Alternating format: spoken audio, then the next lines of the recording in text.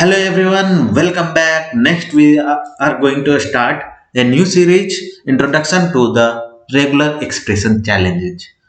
Regular expressions are special strings that represents a such pattern, also known as regx or regexp. They help programmers match, search, and replace text. Regular expressions can appear cryptic because a few characters have a special meaning.